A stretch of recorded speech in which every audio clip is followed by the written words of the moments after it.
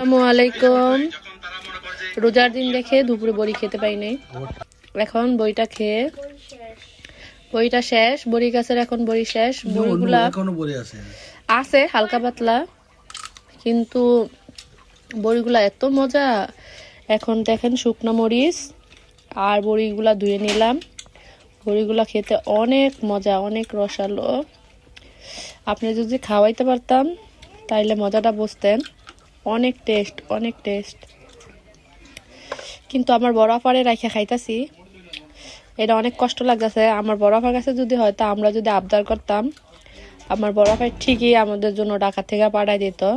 জানি না আমার চাচতো ভাই গেছিল ঢাকাতে, যদি জানতাম তাহলে একটু বড়ি হইলো আমার চাচতো বোনের জন্য পাঠাইতাম। কিন্তু বড়িগুলা খাইতাছি আর আমাদের অনেক কষ্ট লাগতেছে আমার বোনের জন্য।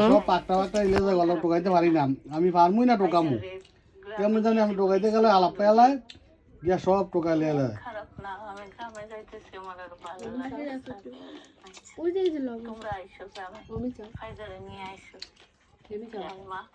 বড়িটা অনেক মজা, কিন্তু গত বছর খাইতে পারি না। গত বছর ভোট করেছিল, মেম্বার আবার ওষুধ দিয়েছিল দেখা খাইতে পারলাম। বড়ি গেলি অনেক বড়ি দিচ্ছে, অনেক বড়ি, অনেকে দিয়ে খেয়েছি।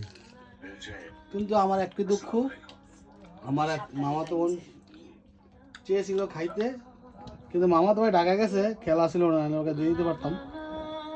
আমার সেই আপুটা খেতে খেতে চেয়েছিল, কিন্তু পারলাম না দিতে। আপু সরি আপু, তোমার লেগে পাঠাইতে পারলাম না। এবারে যে চলে গেল আমি জানতাম না, যদি জানতাম এবারে চলে যাবে তাহলে আমি বাইরে দিতাম।